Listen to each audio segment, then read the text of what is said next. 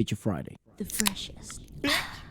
How exciting! I haven't heard those names together in a while and I am so excited. This is Casey and Morissette singing, collaborating on ASAP. Well, let's give it a watch. That's class. ASAP na Tinto.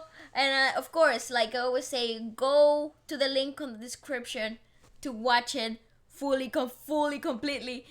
So you can, like, with headphones on, so you can appreciate their magically vocals that they have. So the magic and the vocals and everything. Support.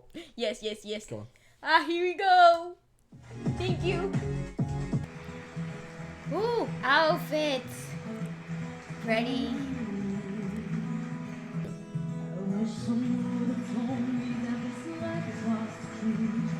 My Nice God, she looks outfits, stunning.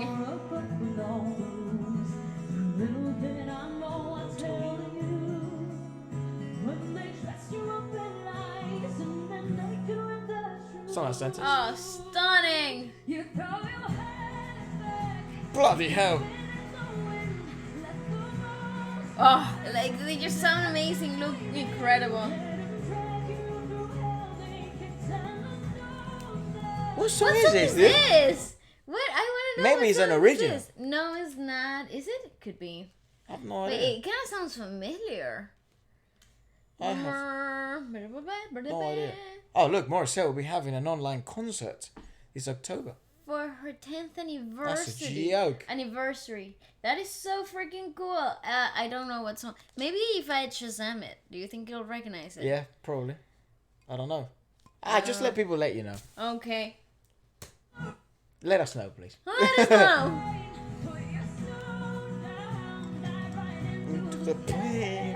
I feel like I want to know it. Me or I know too. it. I love her hairstyle.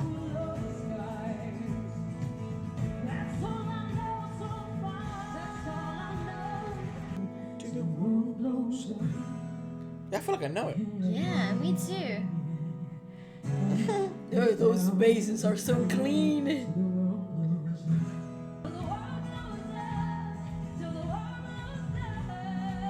So cool. I never get tired of watching that woman sing.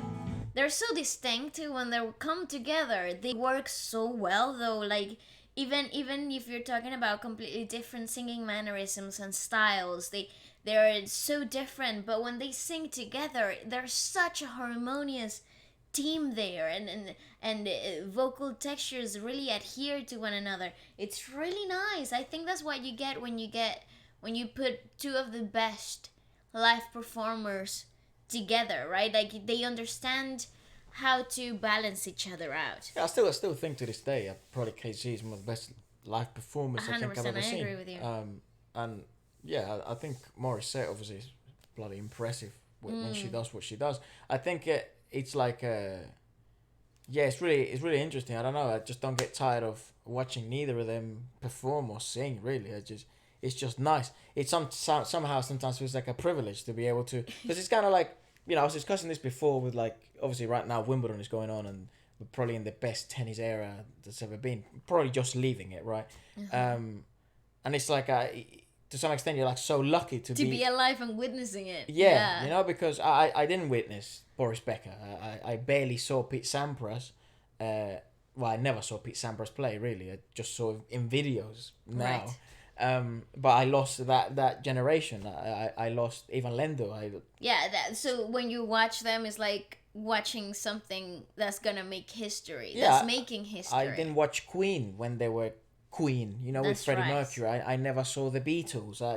I missed out on those opportunities just because I wasn't born yet, you know. But to be able to just sort of experience this, not to get to like what would you call it? Too existential about it, but it is like a bit of a privilege that you're sort of experiencing this generation do what they will probably be one of the most historic generations of singers, not just in that country, but I really do think in the world. I agree. I'm there with you, and it does feel like a privilege to be surrounded by such incredible talent that you can somehow be a part of. You know, like experience in the moment. Yeah, it's kind of crazy. Freaking God bless the Philippines. Yeah, it's only a talented bunch. Yeah.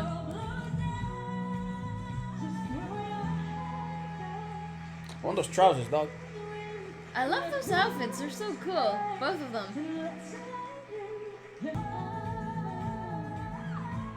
The squeak. It's so trademark. trained, yeah.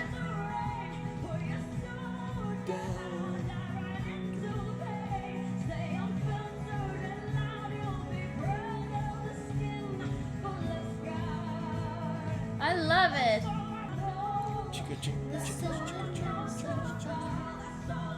Yeah, those trousers are amazing. I really like them too.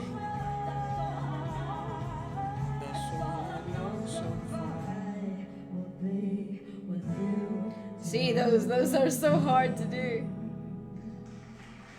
Yeah, those low ranges. Fucking, it's one of the ones that scares me the most when you see a singer do them. Yeah, because they're so fickle. I think They're also they're so- fickle little things, bases. I think also they're so often neglected as well as a singer. No, it's because they're difficult, bro. You don't want to do the hard work. Right.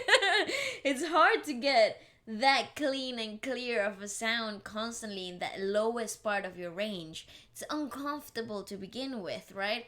It's unnatural. And in comparison to belting high notes, working on your lower range actually feels like cramping. There's a point where they, like, right here in the bottom of your larynx, it kind of feels like it's kind of cramping because the muscles are not used to going moving in those positions. So until you get very comfortable with constant practice, it's very uncomfortable. So who wants to put themselves in you know, in the really uncomfortable position willingly? It takes a special human like them. Well, it's certainly always enjoyable to watch them, and I think, as I always say, I think it's very interesting to see what's next for them. Sort of like what the future holds. I really do think it's sort of,